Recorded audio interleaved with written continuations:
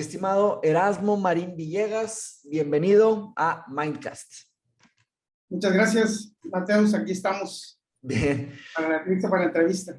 claro que sí. Pues mira, para dar un poquito de contexto para los que nos están escuchando, les comento que Erasmo es papá de Héctor y de Cintia, ambos estudiantes aquí en Mindshop, pues estudiaron conmigo filosofía y en diferentes conversaciones salió el tema y pues resulta que Erasmo escribió un libro. Ahorita nos va a platicar un poquito de detalle del contexto del libro y todo esto, y también de cuándo se escribió y todo eso, pero se llama el libro sobre lo que nos tocó. Es de filosofía, pandemia y globalización. Entonces, Erasmo, preparé 10 preguntitas en un estilo más parecido a lo otro que yo hago, que son mis entrevistas con filósofos, ¿verdad? Entonces, te hago las preguntas y vamos platicando. Como te comenté, si tienes cualquier pregunta para mí o para abrir la conversación, con todo gusto las haces y vamos, ¿no? Entonces, número uno, Erasmo, ¿nos podrías platicar un poquito de cómo y cuándo llegaste a escribir este libro? ¿Cómo fue la historia, verdad, de escribir este libro? Bueno, finalmente, durante la pandemia, finalmente fue como un punto de inflexión, ¿no? De pensar qué estaba pasando. Entonces, hubo un receso en este caso en la universidad, donde doy clases, y entonces me permitió tener un tiempo libre, por decirlo. Y entonces ya dije, bueno, a ver, en algo tengo que ocuparme, ¿no? Y entonces empecé a estudiar, ¿no? A leer, porque decía Kapuscinski que por cada 100 libros o cada libro, o sea, tienes que tener lecturas para poder escribir, ¿no? Si no puedes, no tienes lectura, no puedes escribir, ¿no? Entonces empecé el proceso de lectura y entonces dije, bueno, voy a tratar de rescatar esas ideas, ¿no? Pero mis lecturas fueron en el sentido de punto principal la pandemia, ¿no? O sea, como hacer un alto para ver cómo estaba la humanidad, ¿no? Y para tratar de entenderla, ¿no? Entonces, yo creo que eso fue mi interés de escribir estos textos, ¿no? Y ya después ya alguien se interesó en este caso de publicarlos, que fue Ventana Sur y después Gestión Empresarial, otra revista acá en Tabasco, que me pidieron si los podía publicar y les dije que sí, que adelante, ¿no? Primero fue un proceso creativo individual, ¿no? Y ya después me pidieron la publicación y ya así me hice ese compromiso, ¿no? Porque ya cuando uno te empiezan a pedir texto, pues ya uno tiene que seguir escribiendo, ¿no? Yo creo que es un poco lo que ocurre con el periodismo, ¿no? Si te haces compromisos, tienes que cumplirlos, ¿no? Como cualquier actividad. Entonces yo dije, bueno, voy a dedicar un año a escribir sobre lo que estoy observando y lo que estoy leyendo, ¿no? Y ese fue mi interés y por eso lo titulé así, ¿no? Lo que nos tocó vivir, ¿no? Es eso un poco esa parte de lo que Sí. se refiere a este texto. Sí, fue y ha sido un periodo pues muy interesante, muy turbulento, ¿no? Y me da curiosidad, ¿qué textos leyó usted? Porque fue algo tan nuevo, ¿no? Y en algunos sentidos, pues a veces no tan nuevo en algunas cosas, pero en realidad para muchos de nosotros fue algo sin precedentes. Entonces me interesa ahí sus fuentes de investigación. ¿Cómo fue para esto, para usted? Sí, pues, es que finalmente en la lectura como que va uno descubriendo a algunos autores, ¿no? Por ejemplo, uno que me llamó mucho la atención fue Guy Debord, que es un escritor francés, y entonces él vi cómo estaba interesado ya estamos hablando de los años 50, de los 60, ¿no? Del Sí. problema que venía sobre el espectáculo, ¿no? Y el tiempo libre. Entonces ahí me detuve en ese primer texto, ¿no? Y entonces fue la reflexión que se da, ¿no? Dice, ¿qué fue el 68, ¿no? Dice, el inicio de la revolución o la conclusión de la revolución, ¿no? Sí. Entonces dice, bueno, entonces ahí él explica, ¿no? Y cómo, y sobre todo me llama la atención que es un teórico práctico, ¿no? Entonces él, o por ejemplo, ir a la iglesia de Nostradamus, ¿no? Con un mitin y decir, Dios ha muerto, ¿no? Ellos vestidos de monje, ¿no? Cuando eran todavía letristas que se hacían llamar, ¿no? Movimiento, después ya fueron los citacionistas, ¿no? Entonces, en esa era como decir, reflexiones, sociedad, ¿no? Pero en una actitud así, de provocación, por decirlo, ¿no? O también ahí vi como después ese mismo movimiento fue Charles Chaplin, ¿no? Que en 1952 Chaplin. estaba en la mejor época del cine de Estados Unidos. Y entonces ellos le fueron a gritar, ¿no? Ahí ese mismo grupo en el que estaba Debord, y le dijeron, oye, ya no estás identificado con las causas sociales, ¿no? Es decir, ya eres parte de la burguesía, ¿no? O sea, decirle eso a Chaplin, ¿no? Y entonces, mientras a Chaplin no lo querían, en este caso un grupo de intelectuales en París, en Estados Unidos también lo investigaban, porque supuestamente era parte del comunismo, ¿no? De la propagación de las ideas comunistas, ¿no? O sea, cómo se sintió entre las dos aguas, seguramente Charles Chaplin. Y por eso él siempre decía, oye, yo soy ciudadano del mundo, ¿no? O sea, en su defensa que siempre sea Charles Chaplin, yo soy ciudadano del mundo, o sea, no me pongan etiquetas, ¿no? Entonces mi trabajo es la parte artística, ¿no? Entonces ahí yo creo que como esa salida para tratar de explicar cuál era su forma de pensar de Charles Chaplin, yo creo que fue importante, ¿no?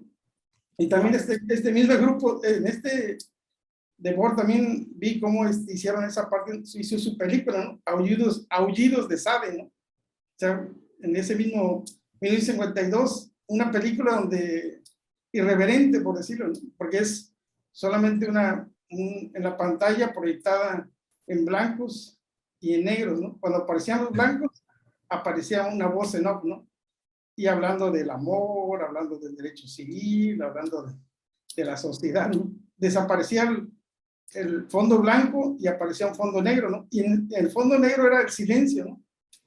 Y entonces ahí era, ahora sí que el aullido del público, ¿no? De los espectadores, ¿no? Tratando, oye, ¿por qué hay una interrupción, ¿no? ¿Por qué se interrumpe la película, ¿no? Entonces, otra vez, Debord como que se cuestiona, ¿no? Y a la sociedad de que debe de pensar, ¿no? De manera diferente, ¿no? Porque entonces, de sus cuestiones que me llamó la atención, es que él dice esa parte, ¿no? Dice, bueno, lo que no se dan cuenta es que se están apropiando del tiempo libre, ¿no?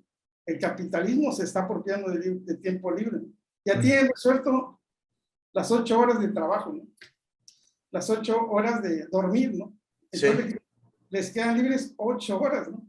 Entonces, sí, en esas 8 horas, decía Debord, se están apropiando del tiempo libre, ¿no? Y el tiempo libre debe ser para pensar también, ¿no? No solamente para entretener ni para dedicarme al espectáculo, ¿no? Entonces, reflexionar. Sí. Para reflexionar, decía, la dominación del capitalismo a través del control, supervisión de la vida cotidiana, ¿no? Sí, ya de una manera, a los obreros ya los tenían sí, los supervisados durante 8 horas, ¿no? Pero ahora, ¿qué hace su familia, ¿no? Entonces él estaba en contra del individuo pasivo, del individuo que no quiere cooperar, ¿no? Entonces ya no, vamos a mover ese tiempo libre, ¿no? Entonces por eso después hizo su libro La Sociedad del Espectáculo, ¿no? Sí. Entonces, una pregunta, Erasmo. Entonces, ¿cómo evoluciona para usted la sociedad de consumo a partir del espectáculo y el entretenimiento? ¿Cómo se va desarrollando? Finalmente yo creo que tiene que ver, bueno, ya dijimos que Debord platica esa parte, ¿no? Hay que apropiarse del tiempo libre, ¿no? Y también, en este caso, hay otro autor también también este es italiano, se llama Alessandro Barico se llama. Él hizo un libro que se llamaba Los Bárbaros, ¿no?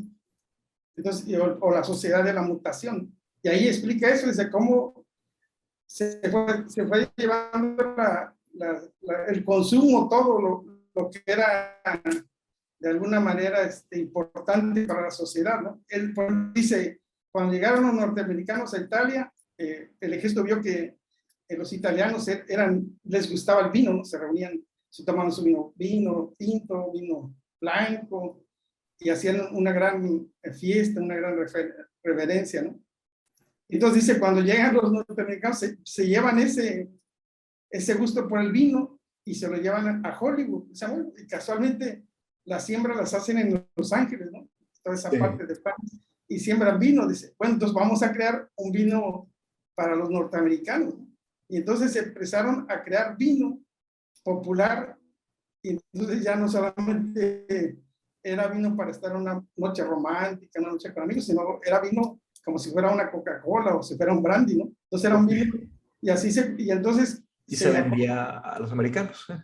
Se lo venden, en Norteamérica se lo venden a Norteamérica, fue el primero, ¿no? Sí. Y después, casualmente, como tenía tanto éxito y había insuficiencia, la propia Europa empieza a crear vinos de Hollywood para venderle a Estados Unidos, para atender ese mercado.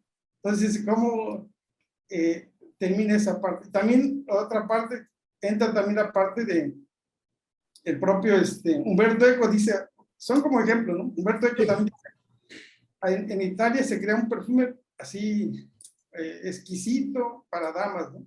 Y con un alto precio, ¿no? Y entonces lo mandan a una tienda, ¿no? Y después se dan cuenta que los que están comprando ese perfume no son la aristocracia, en este caso italiana, sino que son las secretarias, las ejecutivas, que hacen su ahorro para comprar ese producto, ¿no? Entonces dice, bueno, algo está pasando en la sociedad, ¿no? O sea, ya no hay ni siquiera un perfume tan caro es exclusivo, ¿no? Sí. Y también ese mismo autor hace la referencia que dice que un día se sienta, estaba un estudio, un encuentro de intelectuales, y entonces que eran música clásica, teatro, entonces, lecturas, ¿no? Un grupo así, ¿no? Y entonces dice, bueno, entonces a la entrada de ahí del recinto puso unos cómics norteamericanos, ¿no? Entonces, y se sentó a observar, ¿no? Y entonces ya, desde donde estaba observando, vio que los que estaban llevándose las revistas, que los intelectuales también estaban leyendo cómics, ¿no? Los intelectuales digitales también estaban leyendo cómics. Entonces, es como la transformación de la sociedad, ¿no? De cómo se va haciendo la parte de la integración. Y él, en este caso, Alejandro Barico, dice que es la mutación, ¿no? Cómo se está haciendo la mutación a través de la nueva, en los años 60, 70, de la nueva sociedad, ¿no? Entonces él dice, es como si fuera la muralla china, dice, la muralla china se construyó durante 2 siglos para que no entraran los bárbaros. Sí. Al final, como los bárbaros traían caballos, pues entraban y entraban a China, ¿no? Pero los chinos no querían comercializar con los bárbaros, tampoco los podían dominar, solamente que era como una barrera simbólica, ¿no? Sí. Simbólica para decir pertenecemos a China, ¿no? Pero finalmente no sirvió para nada. Entonces, él habla por ejemplo de esa mutación que estamos sufriendo, ¿no? Que finalmente las fronteras son porosas, ¿no? Entonces, los que han abierto, también lo hace Bauman, dice, lo que han abierto esos son los medios de comunicación, ¿no? Entonces, los medios de comunicación abrieron toda la sociedad, ¿no? Entonces, eso es un poco lo que refiere, ¿no? Y también a este mismo autor, ahí, una de las cosas que hablan ahí, dice, hablando de regresando el 68, no quería dejar pasar esa parte. ¿Sí?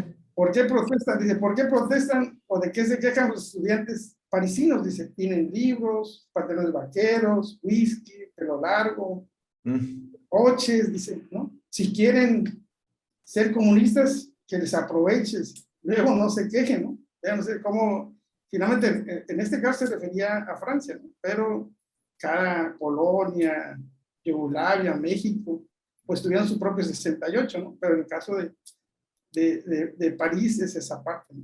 Entonces ahí va transcurriendo la sociedad y ya después ya el propio Giovanni Sartori, ¿no? Con su Homo Videns, el propio Bauman con globalización, ¿no?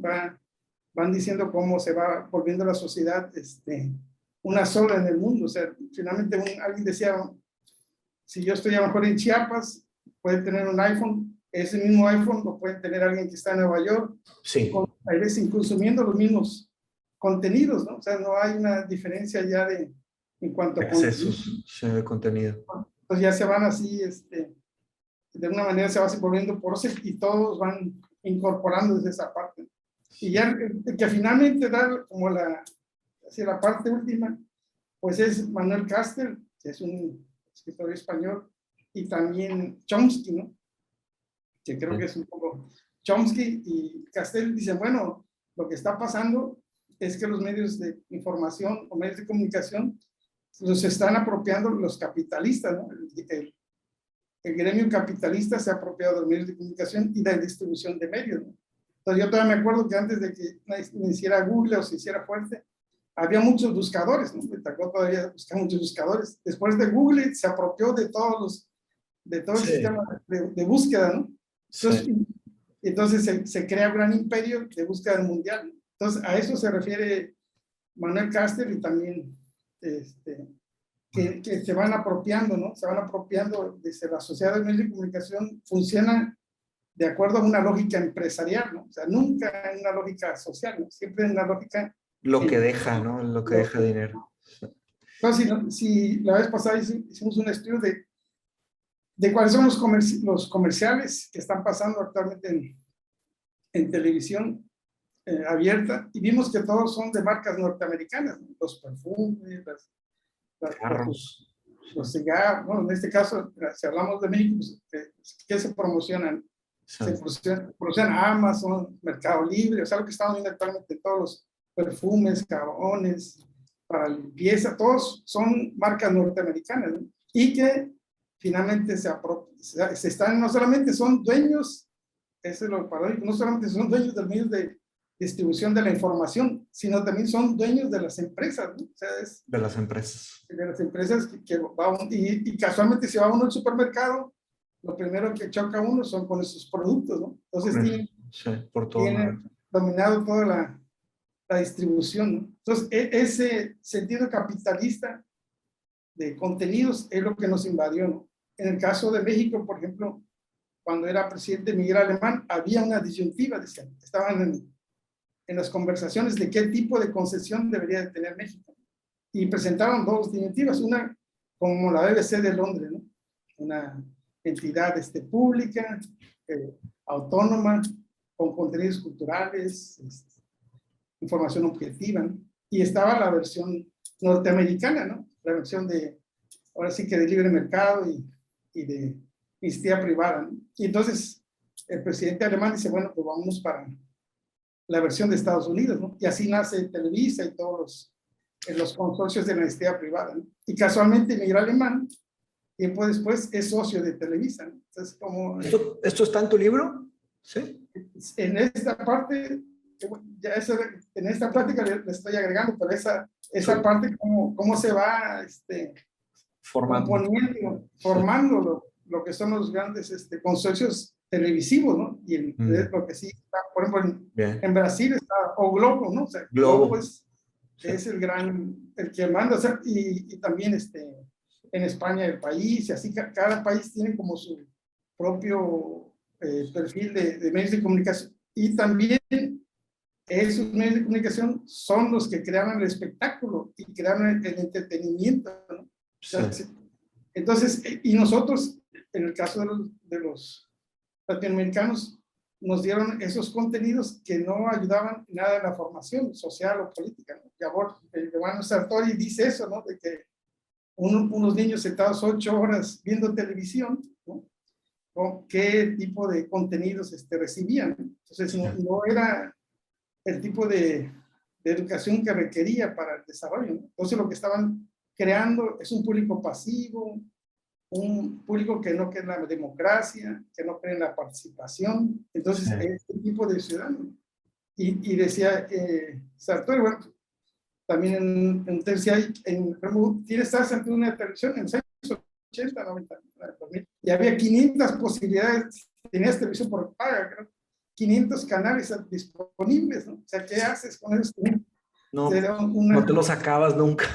No te sacabas nunca, pero ¿y quiénes controlaban esos 500 canales? También era un poco, casi todos esos, Castel y Chomsky, eso es lo que dice, cómo se ha ido concentrando la información. Concentran la información, la propaganda, el consumismo, concentran la ideología, ¿no? Entonces, pertenecen a una ideología capitalista netamente, ¿no? Entonces, eso es lo que, en este caso, no hay participación ciudadana, ¿no? Sí. Los ciudadanos no participan en la creación de contenidos, ¿no? O si participan, tiene muy poca repercusión social, ¿no? Sí, se acaban transformando en algo muy, muy pasivo. Muy interesante. Continuando un poquito, y hablando de América Latina, ¿no? En uno de sus ensayos, usted se refiere al desarrollo de América Latina de los últimos 50 años. ¿Qué fue lo que encontró en este recorrido histórico, ¿no? O sea, ya llevando el enfoque un poco más a América Latina en sí. Sí, bueno, en el caso de de América Latina, yo en los años 80 había leído ese de las venas abiertas de América Latina, ¿no? De Eduardo Galeano. Después ya me encontré un libro que se llamaba, decía, era como ir encontrando libros, ¿no? Sí, Que se llama Saqueo del oro, plata y cobre, explotación minera, ¿no? Que era un poco, perdón, ese fue un poco lo que, perdón. El libro más bien que me encontré fue uno de Andy Robinson. Andy Robinson escribió uno que se llama Oro, Petróleo y Aguacate, las nuevas venas abiertas de América Latina. Así sea, eso es, Andy Robinson es un periodista de Inglaterra, ¿no? Entonces él vuelve a hacer ese recorrido que hizo, que había hecho antes, con las venas abiertas, Eduardo Galeano, él las vuelve a recorrer, ¿no? Y que encuentra, ¿no? Acuérdense, con Eduardo Galeano, pues solamente nos habló, es un libro, yo creo que en los años 70, era como si tenías que traer una gorrita del Che Guevara y el libro de las venas abiertas, ¿no? Era un libro indispensable para los que querían un cambio social, ¿no? Y entonces, en ese libro, pues es una crónica de cómo América Latina fue saqueada primero por los europeos, ¿no? En este caso España, Portugal, y después por los norteamericanos, ¿no? Entonces ahí explican cómo fue un saqueo de minas, cuestiones agropecuarias, las cuestiones de servicios, ¿no? De control de los trenes y de la electricidad, ¿no? Entonces, esos, y después, tiempo después ya checamos cómo llegaron todos lo que son los gobiernos militares, ¿no? Augusto Pinochet, Videla, Hugo Barzal, Somoza, ¿no? Todos esos que controlaron a América Latina. En el libro también digo que cómo después, en esa evolución que tuvo América Latina, llegaron los Chicago Boys, ¿no? Los Chicago Boys decían, no, pues no va a haber ningún golpe militar, no va a haber el uso de la fuerza, ¿no? Vamos a que en este caso los países latinoamericanos, México también incluido, vamos a tratar de darles la libertad para el desarrollo. ¿Y cómo lo vamos a lograr? Bueno, vamos a lograr que ustedes tengan acceso a créditos, ¿no? Créditos mundiales, ok, les damos créditos, ¿qué más necesitan?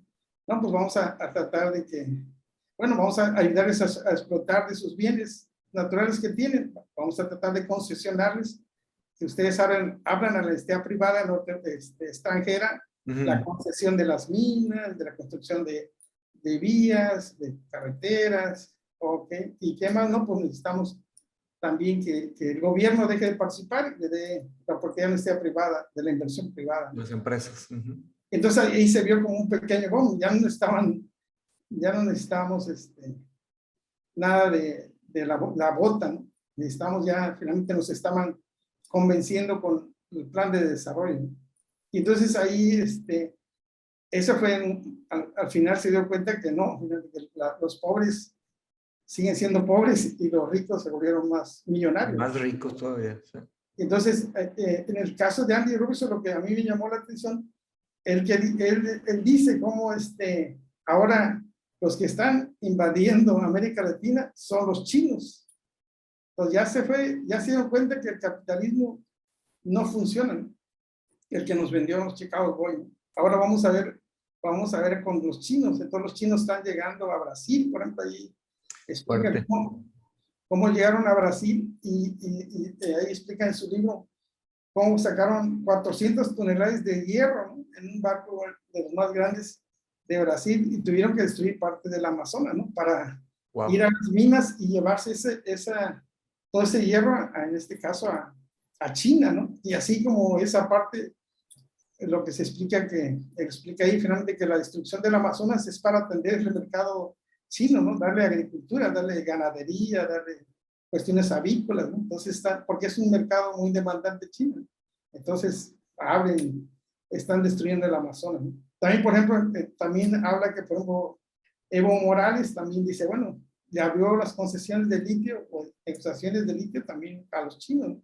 Y así, eso fue en Bolivia, ¿no? En Chile negoció el cobre, en Venezuela el petróleo, ¿no?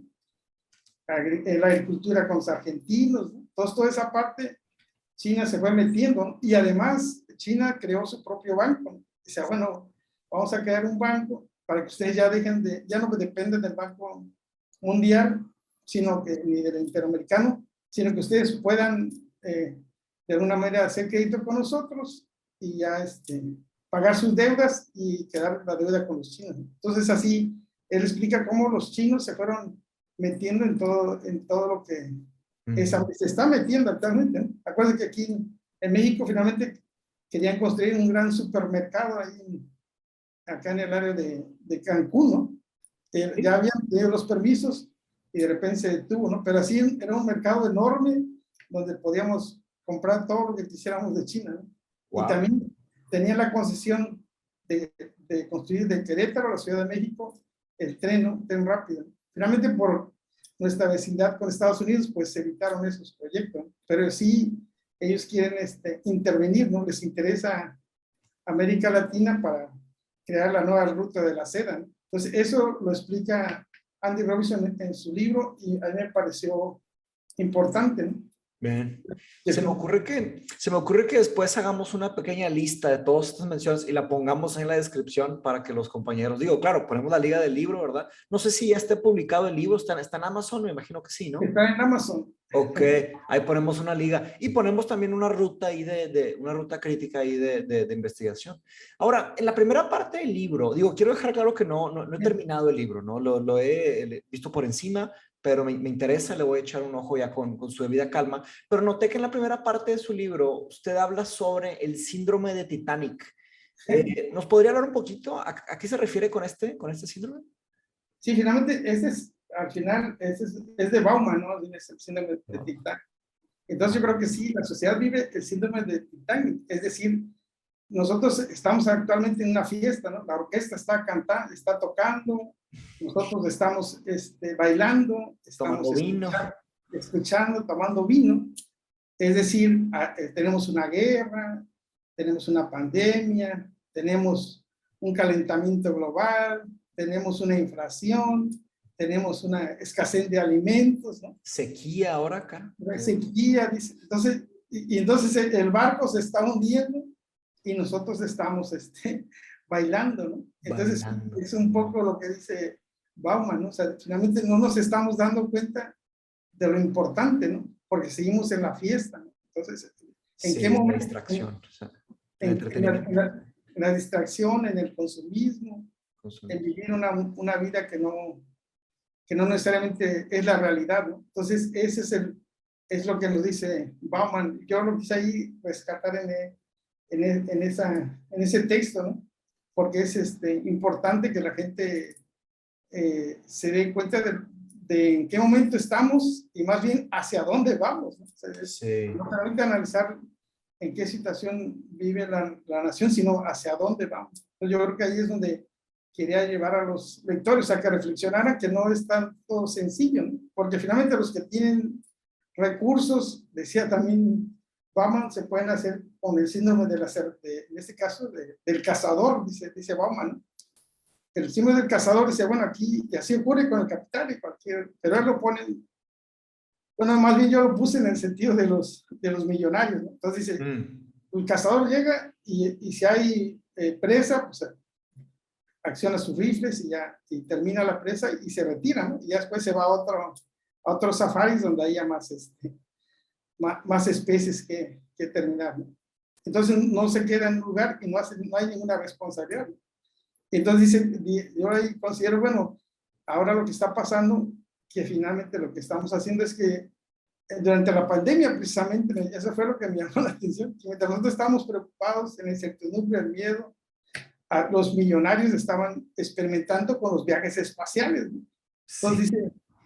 Entonces decían, en este caso, ya están los aviones listos en este caso, para ver, solamente uno podía observar la Tierra desde lo más alto espacial y ver cómo estaba la humanidad, ¿no? Y en dado caso ellos tienen los recursos seguramente para crear viviendas espaciales y irse para allá, ¿no? Mientras pasa la pandemia, mientras pasa la crisis, ¿no? Entonces eso es un poco así, y así pasa con el capital, ¿no? Cuando vemos que no funciona un negocio, pues ya cerramos y nos vamos, ¿no? Sí, O sea, sí. o sea, Se por ejemplo, desplaza. y cómo está, se desplaza fácilmente. Y también un hecho que me llamó la atención, de antes, por ejemplo, en este caso, los africanos vivían, son un ejemplo de que ellos vivían el cultivo de tomate, ¿no? El cultivo de tomate, entonces ya toda la comida se había organizado, habían creado para hacer algo de agroindustria, y de repente se viene abajo, ¿no? Y descubren, realmente ese era un poco lo que vimos, que Italia se moderniza. Italia le mete industria, le mete fertilizante, le mete productividad y empieza a producir tomate. Se hace autosuficiente. Sí. Autosuficiente, y además lo mandaba a África. Entonces, los africanos no podían vender su tomate porque estaban compitiendo con el tomate que provenía de Italia. Entonces, ¿y qué hicieron los africanos? Tuvieron que emigrar a Canadá, digo, en este caso a Italia, a ser otra vez, no sé, bueno, trabajadores o esclavos, ¿no? De el cultivo de tomate, ¿no? O sea, como... Sí se voltea, sí. Se voltea todo. Cambia.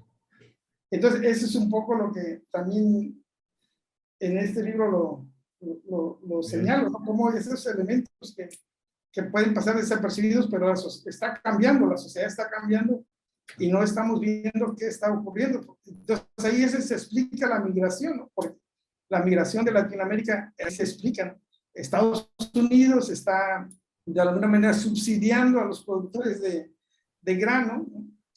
Con tecnología, fertilizantes, distribución.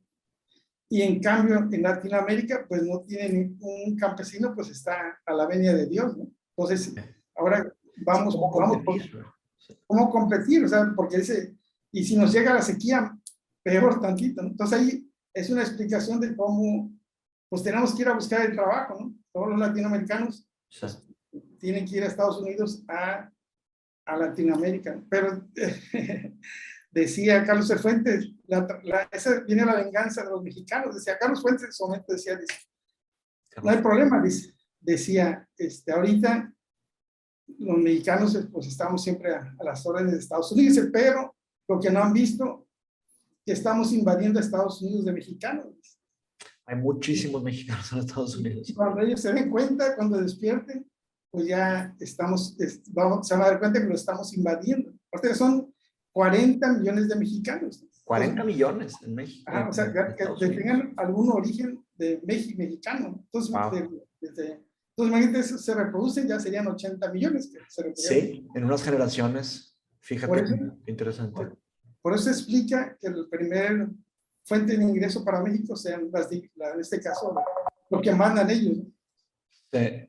Entonces ahí, eso de Carlos Fuentes nunca se me olvidó, ¿no? De cómo estamos invadiendo ya Estados Unidos. Entonces ese es un poco también en este libro donde lo que estamos planteando, ¿no? Y la otra también, en ese libro hay un escritor, Heinz Bode, algo así, algo así, que dice que vivimos la sociedad del miedo, ¿no? O sea, que el miedo ya no está afuera, sino que está adentro, que está en la piel de los ciudadanos. Está internalizado. Está en la incertidumbre, dice él, ¿no? Está en la incertidumbre del ciudadano. Sí. Entonces, ese es el gran problema, que nosotros ya estamos viviendo con miedo, ¿no? Sí. Entonces aprovecho para pasar un poco el enfoque, ahora sí a un enfoque un poco más, más cercano a nosotros en el sentido temporal.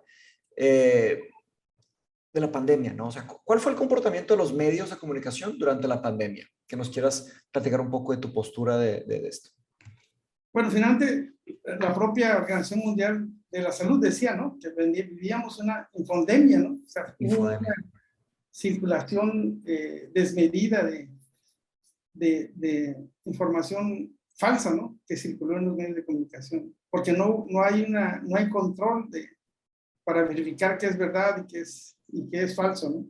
Porque como los medios no tienen un control de calidad, ahora sí, ¿no? Cualquiera puede subir información, y si tienes muchos seguidores, pues a lo mejor lo conviertes en verdad. Durante la pandemia, por ejemplo, lo que más se usó fue el WhatsApp, ¿no? WhatsApp rebasó a todas las redes sociales, ¿no? Entonces, ahí es donde de una vez se reproducían las noticias falsas, ¿no? Entonces, mira lo que está circulando, ¿no? Entonces, y se compartía en la familia, ¿no? Entonces, o en tus amigos, ¿no? Entonces, esa fue como una parte de cómo sufrió tanto la sociedad, ¿no? Por eso Sabater decía, ¿no? Dice, nos hizo recordar que somos una sociedad vulnerable, ¿no? O sea, finalmente, si nos creíamos dioses, la pandemia hizo al que regresamos y que de nada sirvió nuestra inteligencia, nuestro ingenio, ¿no? Somos una sociedad vulnerable y necesitamos más solidaridad, por ejemplo, decía en este caso de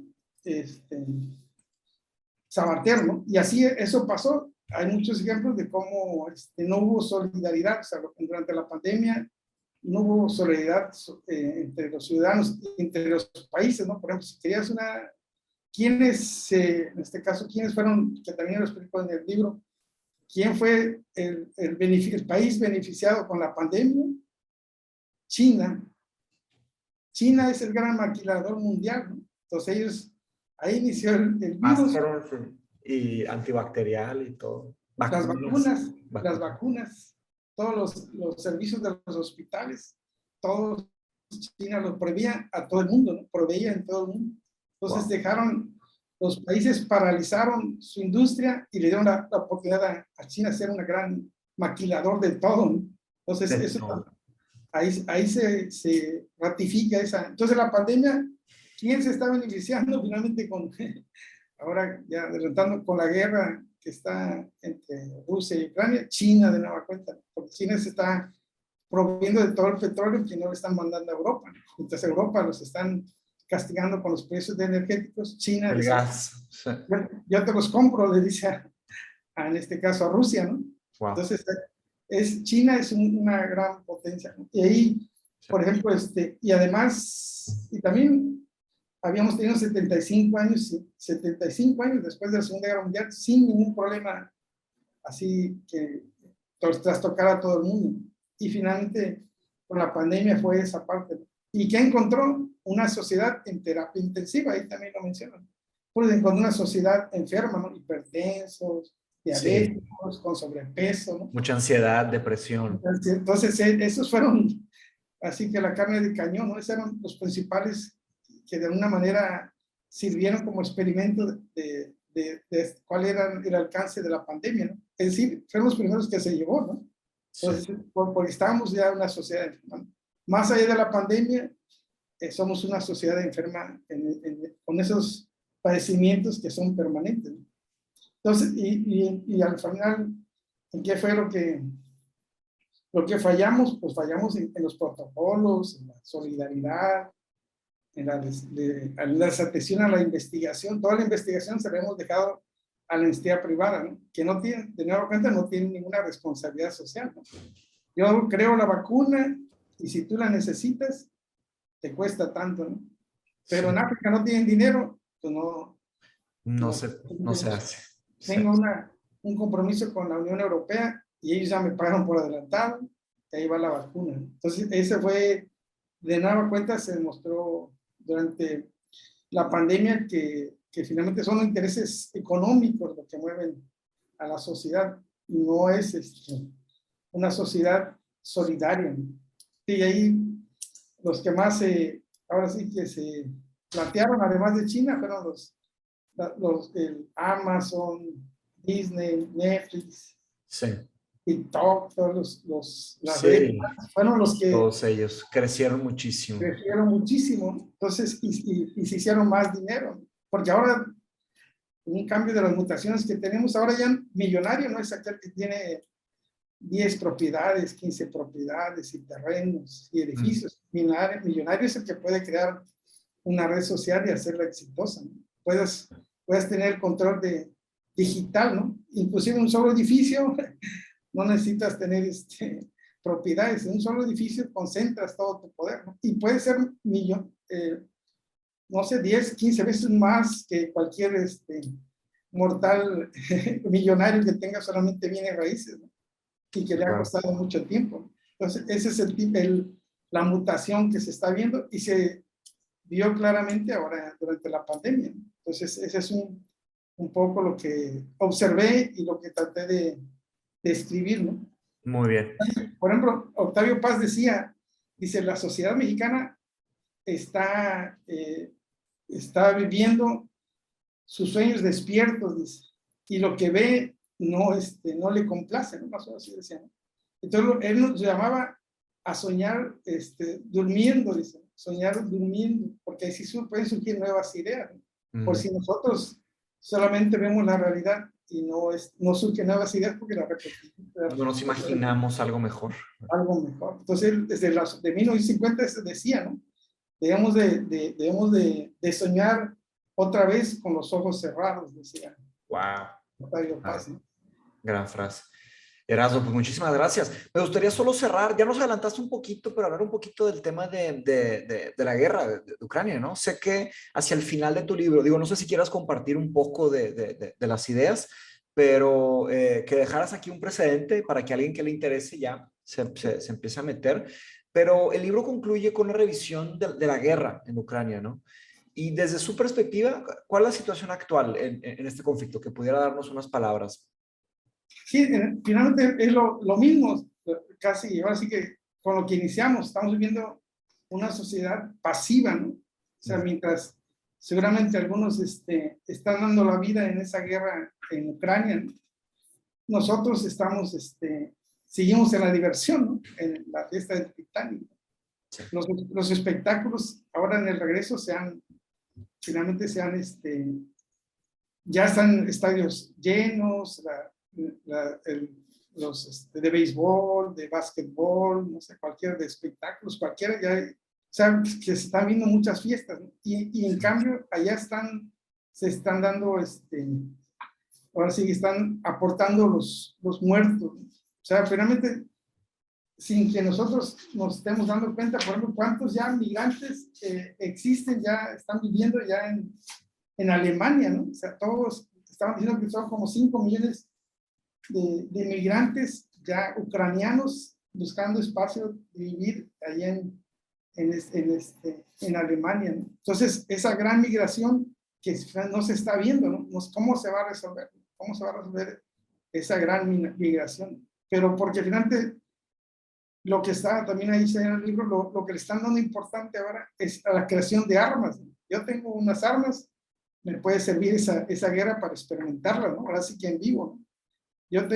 Yo soy gran fabricante de armas, voy a incrementar la producción de armas, no para los que están en guerra, sino para los que se quieran defender, ¿no? Entonces, oye, tú no estás en guerra, pero la OTAN puede necesitar, ¿no? Pero Entonces, ya el miedo, es la economía del miedo también, ¿no? O sea, se van protegiendo vamos a te puedo dar un crédito para venderte unas pequeñas armas, ¿no? Y le puede mostrar como catálogo, ve cómo funciona ahí en Ucrania, ¿no? Fíjate. Suena interesante, ¿no? Entonces, esa guerra armamentista también se va a recrudecer, ¿no? Y la otra que también señalo, la herida que tiene la URSS de cómo se desvaneció la URSS, ¿no? Cómo dice, en este caso, es lo que Putin está diciendo, cómo se desvaneció la URSS y no metimos ni las manos, ¿no? O sea, los países al final se fueron independizando de la URSS y solamente quedó la Rusia, ¿no? Pero nosotros no pudimos intervenir porque Rusia estaba en crisis, ¿no? En este caso, la URSS estaba en crisis y fue dando la oportunidad para que de una manera el capitalismo se fuera apropiando de esas naciones, ¿no? Bueno, finalmente con la creación de la Unión Europea, ¿no? Sí. Que pareciera que la Unión Europea era la gran solución y vemos que en este momento está paralizada, ¿no? No está interviniendo, en este caso las organizaciones, ¿no? Y tampoco los ciudadanos, o sea, los ciudadanos, como todo, ¿no? En un principio de la guerra hubieron algunas manifestaciones en la sociedad, algunos capitales del mundo salieron a manifestarse en contra de la guerra. Pasa el tiempo y como que nos acostumbramos, ¿no? Se normaliza. Se normaliza y ya nadie se está manifestando, ¿no? Entonces están dejando que a lo mejor que las diplomacias, el armamentismo triunfen, ¿no? Y a los ciudadanos han dejado de lado, ¿no? Entonces, ¿cómo retomar otra vez la importancia del ciudadano? Y cómo, en este caso, regresando al inicio, cómo apropiarnos del tiempo libre, ¿no? Que el tiempo libre sea para la reflexión y la organización de los ciudadanos, ¿no? ¿Cómo debemos de organizarnos? Porque este es la guerra, la pandemia, en este caso la guerra de Ucrania, es una reflexión, ¿no? O sea, la crisis es una reflexión, ¿no? Entonces, ¿hacia dónde vamos? Eso es lo que tenemos que pensar, ¿no? Entonces, ya y no hay una solución, no podemos pensar en el comunismo, en el socialismo, y tampoco pensar en el capitalismo, ¿no? ¿Cuál es la ruta, ¿no? ¿Cuál es la ruta? Sí, es una pregunta abierta. Sí. Es lo que no sabemos cuál es la ruta a seguir. O sea, debemos de seguir, en este caso, a través de la filosofía, sociología, antropología, seguirle buscando, ¿no? Seguirle buscando. Seguir entendiendo, estoy de acuerdo.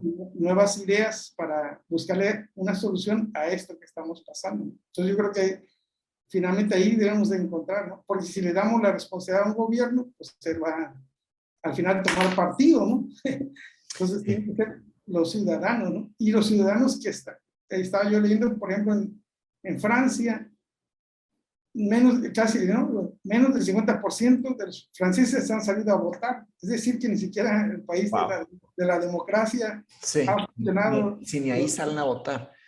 Entonces, ¿qué está pasando en la humanidad? A eso se refiere. Mi libro, eso más bien es una reflexión de lo que nos tocó vivir, ¿no? Y nos está tocando vivir. Ese es un poco para que veamos y el contexto y la historia, ¿no?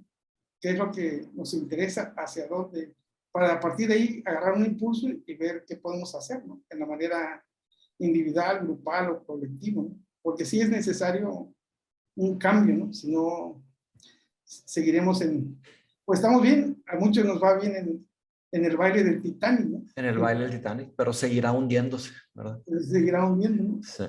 Erasmo, pues un gusto. Muchísimas gracias. Ha sido increíble. Espero volvamos a repetir en un futuro, Claro que ver sí. un par de temas, Claro. seguir platicando.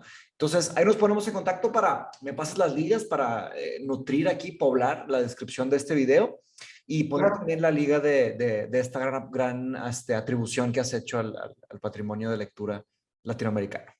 Muchas gracias. Hasta luego.